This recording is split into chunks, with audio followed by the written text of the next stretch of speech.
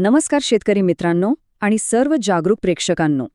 आजच्या या अत्यंत खास आणि डोळे उघडणाऱ्या सादरीकरणात आपलं मनपूर्वक स्वागत आहे.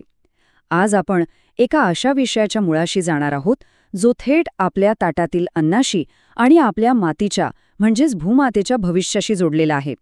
आजचा हा प्रवास तुमचा शेतीकडे पाहण्याचा दृष्टिकोन अक्षरशः मुळासकट बदलून टाकणार आहे. पण मित्रांनो, या रंजक प्रवासाला सुरुवात करण्यापूर्वी एक अत्यंत महत्त्वाची गोष्ट, शेतीचं जीवनमान उंचावणारी अशीच महत्त्वपूर्ण आणि अभ्यासपूर्ण माहिती नेहमी मिळवण्यासाठी शेतकरी ज्ञान या यूट्यूब चॅनलला आत्ताच्या आत्ता नक्की सबस्क्राईब करा.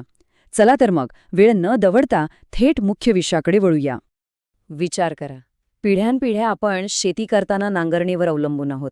नवीन मोठा ट्रॅक्टर दारात उभा असणं हे तर आपल्यापैकी प्रत्येक शेतकऱ्याचं एक अंतिम स्वप्न असतं, बरोबर ना? पण जरा विचार करा, जर हेच स्वप्न, हेच महाकाय यंत्र आपल्या जमिनीचा, आपल्या सुपीक मातीचा सर्वात मोठा शत्रू असेल तर? आजवर आपल्याला जे काही शिकवलं गेलं त्याच्या अगदी उलट ही परिस्थिती असेल तर? हा प्रश्न मनाला अस्वस्थ करणारा नक्कीच आहे. पण मित्रांनो, आज या वास्तवाचा सामना करणं काळाची गरज बनली आहे. आणि हे मी स्वतःहून सांगत नाहीये. सुप्रसिद्ध कृषीशास्त्रज्ञ चंद्रशेखर भडसावळे यांचे हे शब्द आहेत, जे अत्यंत ठाम आणि तितकेच धक्कादायक आहेत. अमेरिकेतून आपले यशस्वी करिअर सोडून भारतात परतलेल्या या शास्त्रज्ञाने गेली अनेक दशकं शेतीत प्रत्यक्ष संशोधन करून हा एक मोठा दावा केला आहे. त्यांच्या मते माती उलटून टाकणे म्हणजेच आपण ज्याला मोठ्या अभिमानाने नांगरणी म्हणतो, ती नांगरणी आपल्या भूमातेचा अक्षरशः नाश करत आहे. आता हे विधान ऐकायला थोडं विचित्र वाटू शकतं, पण यामागे एक अत्यंत भक्कम विज्ञान दडलेलं आहे. ते काय आहे ते आपण पुढे पाहणारच आहोत. आता ही आकडेवारी बघा. हे आकडे पाहिले की वास्तवाची भीषणता लक्षात येते. जेव्हा शेतात 4 चाकी ट्रॅक्टरने नांगरणी केली जाते तेव्हा पावसाळ्यात तब्बल 15% सुपीक माती पाण्यासोबत वाहून जाते. विचार करा, 15%. हँड पॉवर टिलरमुळे 14% नुकसान होतं. अगदी आपला पारंपरिक लाकडी नांगर जरी वापरला तरीही 3% मातीची धूप होतेच. पण ह्या सर्वांवर मात करणारा एक जालीम उपाय आहे SRT, म्हणजे झिरो टिलेज पद्धत. इथे मातीची धूप चक्क 0% आहे. म्हणजे आपली सोन्यासारखी सुपीक माती आहे तिथेच पूर्णपणे सुरक्षित राहते. आता तुम्हाला प्रश्न पडला असेल की ट्रॅक्टरने नेमकं नुकसान काय होतं? तर होतं असं, जेव्हा आपण सतत ट्रॅक्टर चालवतो तेव्हा त्याच्या प्रचंड वजनामुळे जमिनीखाली साधारण 9 इंचांवर मातीचा एक सिमेंटसारखा अत्यंत कडक थर तयार होतो, ज्याला हार्ड पॅन म्हणतात. यामुळे पावसाचं पाणी जमिनीत न मुरता जमिनीवरूनच वाहून जातं आणि मातीतील नैसर्गिक गांडुळी बिचारी चिरडून नष्ट होतात. या उलट विना नांगरणी शेतात काय होतं? तिथे मातीची नैसर्गिक रचना आणि केशवाहिन्या अबाधित राहतात. पिकांच्या मुळांना श्वास घ्यायला भरपूर ऑक्सिजन मिळतो आणि जमिनीत गांडुळांची संख्या अक्षरशः स्फोटक वेगाने वाढते. आणि हे नुकसान केवळ मातीच्या धुपीपुरतं मर्यादित नाहीये बरं का. हे चक्र कसं चालतं ते समजून घेऊया. नांगरणीमुळे जेव्हा माती उघडी पडते आणि आपल्या देशातील प्रखर उन्हामुळे जमिनीचं तापमान जेव्हा 35°C वर जातं, तेव्हा मातीतील सर्वात मौल्यवान घटक म्हणजेच सेंद्रिय कार्बन हा सूर्याच्या उष्णतेमुळे चक्क जळू लागतो. तो जळताना हवेतील ऑक्सिजन शोषून घेतो आणि त्याचं रूपांतर कार्बन डायऑक्साईडमध्ये होतं. सोप्या भाषेत सांगायचं तर नांगरणी करून आपण स्वतःच्या हातानेच ग्लोबल वॉर्मिंगला, हवामान बदलाच्या संकटाला आमंत्रण देत आहोत. तर भाग 1, SRT. आता ह्या भीषण समस्येवर उपाय काय? तर यावर एक अत्यंत प्रभावी आणि अनपेक्षित उपाय समोर येतो. तो म्हणजे सगुणा रिजेनरेटिव्ह टेक्निक, म्हणजेच झिरो टिलेज किंवा विना नांगरणी शेती. ही SRT पद्धत अंमलात आणणं अतिशय सोपं आहे. यामध्ये एकदाच, होय नीट ऐका, फक्त आयुष्यात एकदाच ट्रॅक्टर लावून कायमस्वरूपी गादीवाफे तयार करायचे असतात. त्यानंतर एका विशिष्ट साच्याने त्यात योग्य अंतरावर छिद्रे पाडायची, त्यात बी टाकायचं आणि उगवणीच्या काळात ठरल्यानुसार योग्य तणनाशकाचा फवारा करायचा. यातली सर्वात महत्त्वाची आणि क्रांतिकारी गोष्ट हीच आहे की हे वाफे एकदा बनले की पुढील अनेक वर्ष, पिढ्यानपिढ्या त्या शेतात पुन्हा कधीही नांगर चालवायचा नाही. या तंत्राचे काही अत्यंत साधे पण ठोस नियम आहेत. पहिला नियम, पुन्हा कधीही नांगरणी न करणे. दुसरा आणि अत्यंत वेगळा नियम, खरं तर आपण नेहमी तण उपटून फेकून देतो, पण इथे शेतातील तण उपटून न फेकता ते तिथेच मारून त्यांची मुळे जमिनीतच राहू द्यायची आहेत. तिसरा नियम, एकाच पिकाची पुनरावृत्ती न करता पिकांची योग्य फेरपालट करणे. आणि चौथा नियम, शेतातील स्पर्धा कमी करण्यासाठी निवडक तणनाशकांचा कल्पकतेने वापर करणे. आता तुमच्या मनात येईल की तणांची मुळे जमिनीतच का ठेवायची? याचा एक अतिशय साधं पण प्रभावी वैज्ञानिक कारण आहे. निसर्गाचा नियम बघा.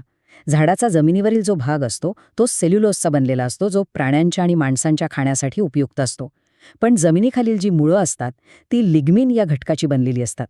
ही मुळं जेव्हा जमिनीतच कुजतात तेव्हा ती मातीतील सूक्ष्म जीवांसाठी सर्वोत्तम अन्नाचं काम करतात.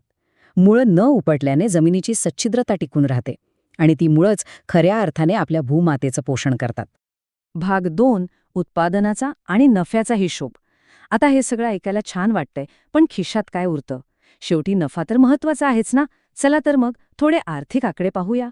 हे उत्पादनाचे आकडे खरंच थक्क करणारे आहेत.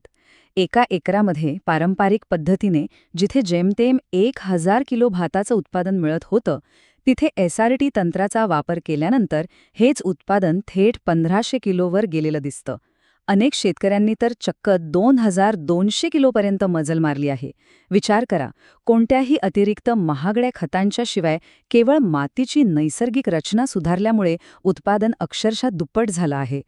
आणि उत्पादनातील वाढीसोबतच मजुरांच्या खर्चात होणारी बचतही प्रचंड आहे. पूर्वी भाताची लावणी करताना काय परिस्थिती असायची? गुडघाभर चिखलात वाकून कंबर मोडून काम करणाऱ्या 35 पेक्षा जास्त मजुरांची गरज भासायची.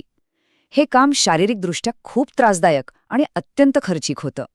पण SRT पद्धतीत एका साध्या यंत्राच्या मदतीने हेच काम आता फक्त 3 मजूर अतिशय सहजपणे करतात.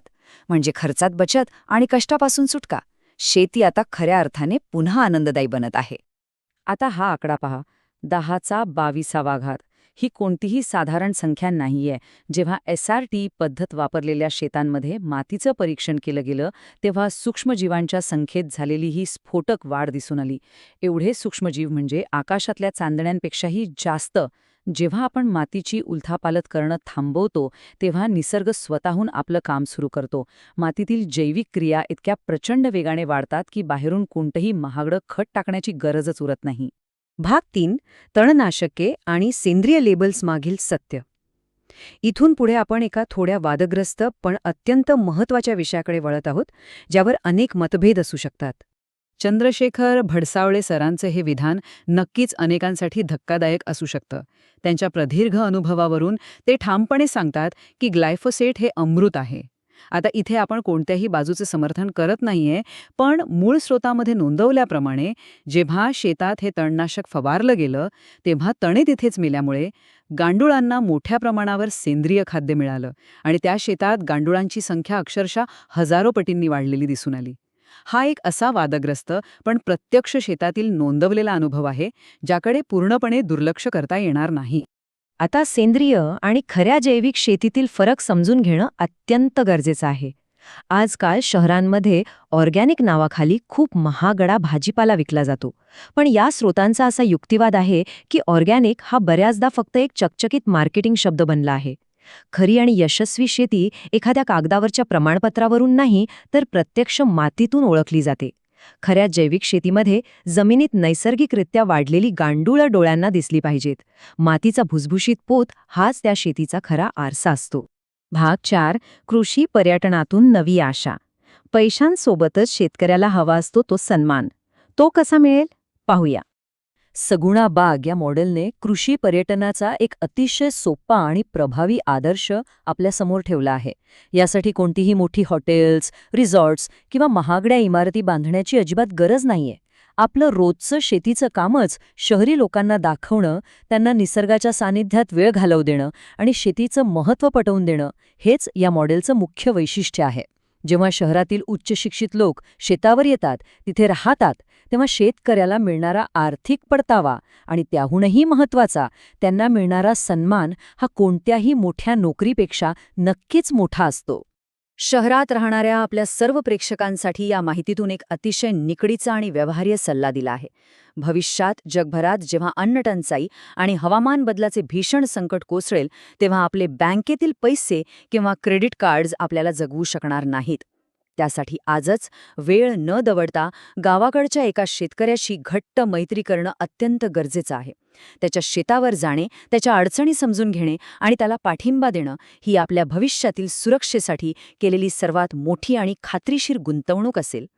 थोडक्यात सांगायचं तर, कालची आणि उद्याची शेती यातील हा मोठा आणि सकारात्मक बदल पाहणं गरजेचं आहे.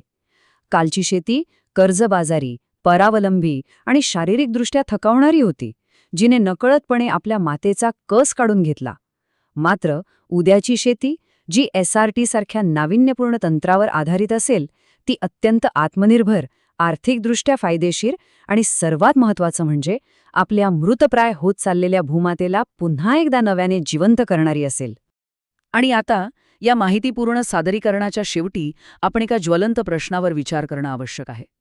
हवामान बदल आणि शेतीसमोरील संकटे वेगाने वाढत असताना वेळ पूर्णपणे हातातून निघून जाण्यापूर्वी आपण आपल्या शेतीची पद्धत बदलून आपल्या भूमातेला पुनरुज्जीवित करण्याचा योग्य निर्णय घेणार आहोत का? या प्रश्नाचं उत्तर आपल्या आणि आपल्या पुढच्या पिढीच्या भविष्याची दिशा ठरवेल. हा सखोल विषय नक्कीच विचार करायला लावणारा आहे.